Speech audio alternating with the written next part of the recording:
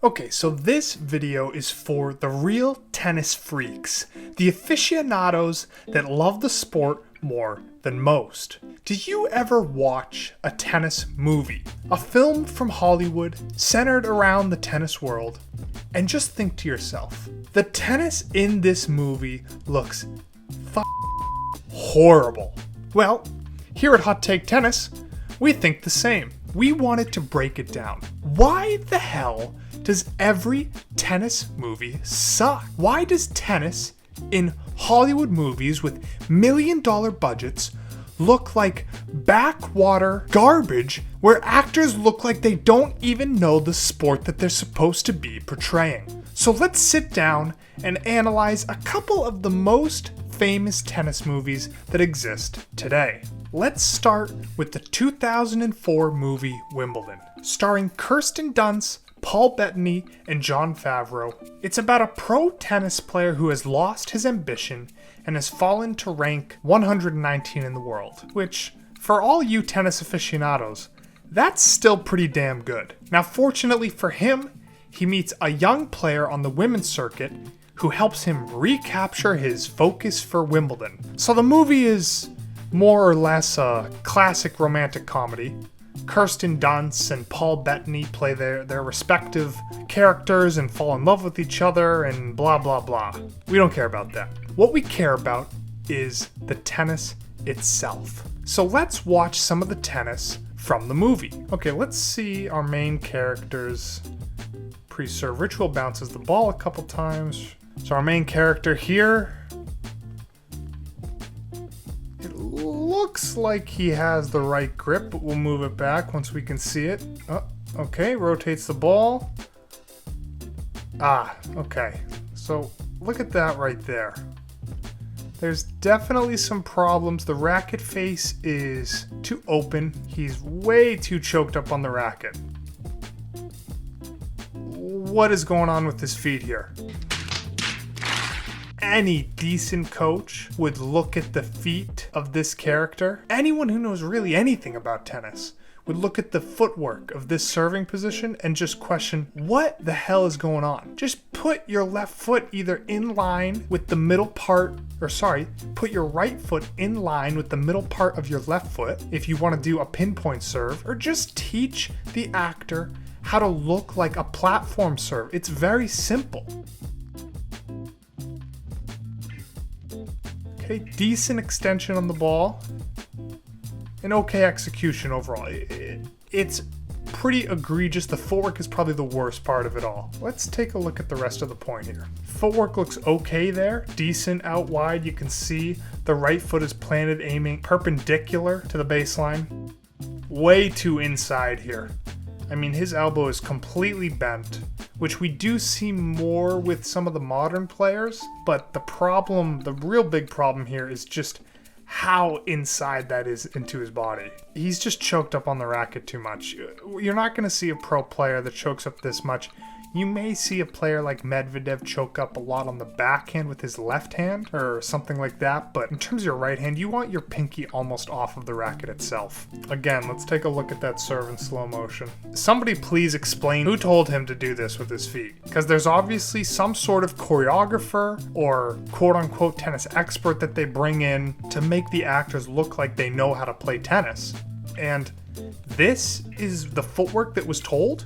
And just so we're all aware, this is the tip of the iceberg when it comes to tennis movies that just look god-awful. Okay, let's move on to a more recent adaptation of cinema and the tennis world. Let's take a look at the Challengers movie. So, the plot of this movie, Tashi, a former tennis prodigy turned coach, transforms her husband into a champion. But to overcome a recent losing streak and redeem himself, he'll need to face off against his former best friend and Tashi's ex-boyfriend. Here at Hot Take Tennis, we don't care at all about the plot of the movie. All we care about is what the tennis looks like. So let's take a look at the tennis in Challengers. So in this one, we're going to take a look at two separate clips. We'll take a look at Zendaya playing, and then we'll take a look at the two male leads playing. So to start off, let's look at how Zendaya looked on the tennis court. So first of all, Zendaya, her grip here in this scene is closer to that of an Eastern forehand grip.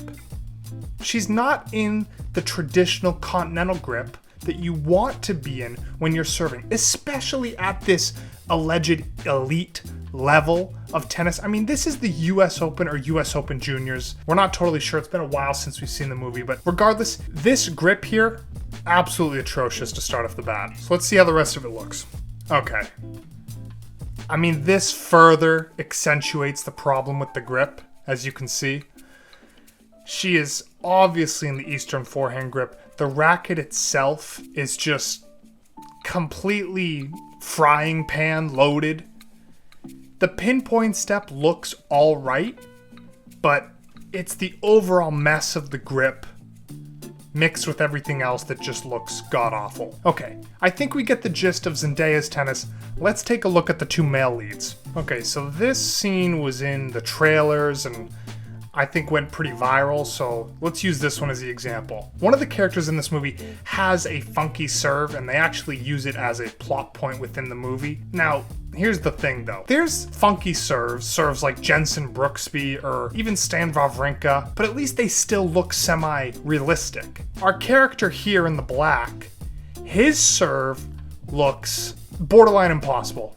First off, to start, he's too choked up on the racket. Why is this such a common thing with actors portraying tennis players? Who is telling them which tennis expert or tennis coach are they bringing onto set?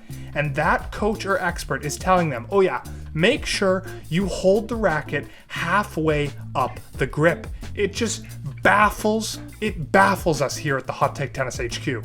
The music is so dramatic. This is a decent look at a point. Why do so many tennis movies do this trend where both players come to net and they're hitting like 30 volleys back and forth to each other? I mean, as a tennis fan, have you ever seen a point like this in your life?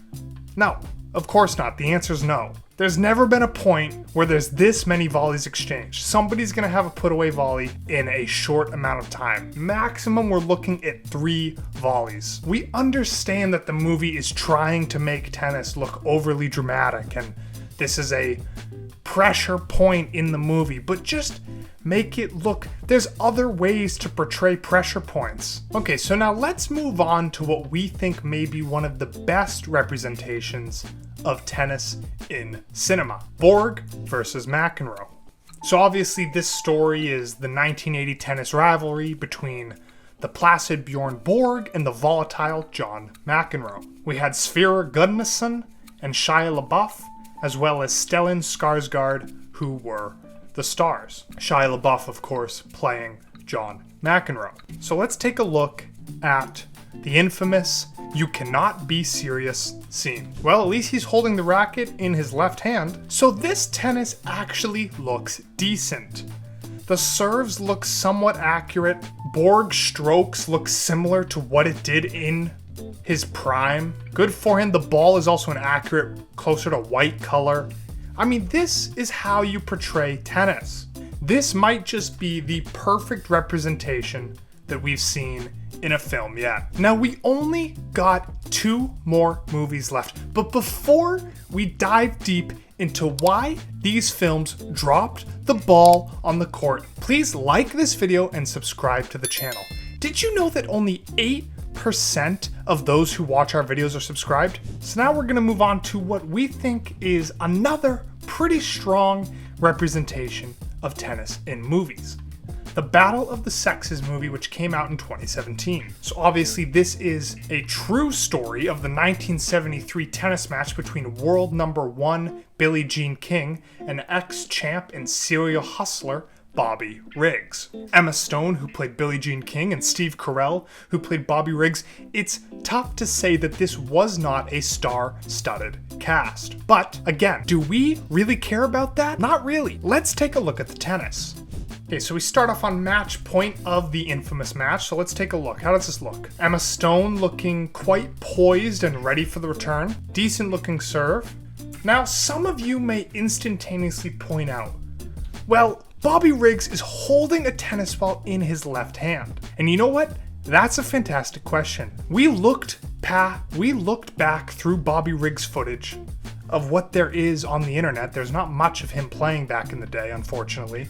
But we couldn't find any clips of him actually doing this. So whether this was some sort of director's choice or something that they thought Bobby Riggs did, it's just not entirely accurate to how it went down. So Steve Carell starts this point off with a decent looking serve. Billie Jean King responds with a signature forehand that looks somewhat realistic. The backhand volley from Bobby Riggs is accurate to what the second to last shot of the match looked like, and Billie Jean King's slice up the line is how the point finished. It looks all relatively accurate. Steve Carell does a good job portraying the serve. Now, it's unclear as to tell whether these are even the actors portraying.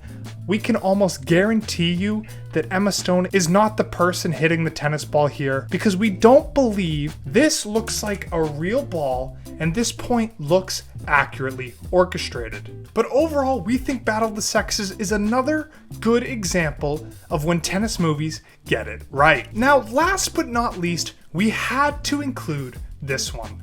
Although it's a comedy and makes fun of the longest match in tennis history, it's just a great movie overall. We highly recommend it here at Hot Take Tennis HQ, but you know what? We still gotta analyze it for the tennis. You've probably already guessed it. That's right, it's 7 Days in Hell.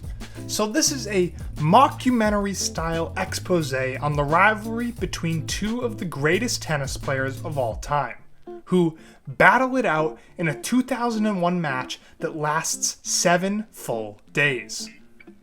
So our stars, classic and hilarious Andy Samberg alongside Kit Harington. But who cares about the plot when we're looking for the tennis? Now this might be one of the most atrocious versions of tennis in cinema that we've ever seen. And obviously, it's intentional. The rackets they're using look like Walmart brand rackets that you purchase that you purchased. So let's see them actually play tennis. So here we go. Again, with this slow motion, Eastern forehand grip, frying pan grip, whatever you want to call it, it's just dead wrong. Now, again with this trope of volley to volley rallies. We see it in warm-ups and training when players go volley to volley, but you'll never in the history of tennis have a point that looks anything like this. Now, of course, we understand that this is a mockumentary, and it's trying to expose the rest of the world to the freaky, wacky world that can be tennis. Especially when we have matches in our history that look like that last 11 hours, almost 12 hours on court. It's just a strange thing for non-tennis viewers to comprehend. And don't get us wrong, we love this film in particular. It's absolutely hilarious. But it doesn't mean that the tennis looks right. But what do you think? Is tennis just too difficult of a sport to execute correctly? Is the technique just so advanced that no amount of training an actor does could even bring them close to looking like a legit tennis pro? Do actors that play roles as tennis players just have to have played starting at 3 years old? Or is there room for more accuracy and higher levels of commitment on the directing squad that puts these movies together? We think that with all the money Hollywood has, they must be able to get better looking film, better looking tennis. Let us know in the comments below, and if we missed any of your favorite tennis movies, let us know. We read every single comment. See you next time.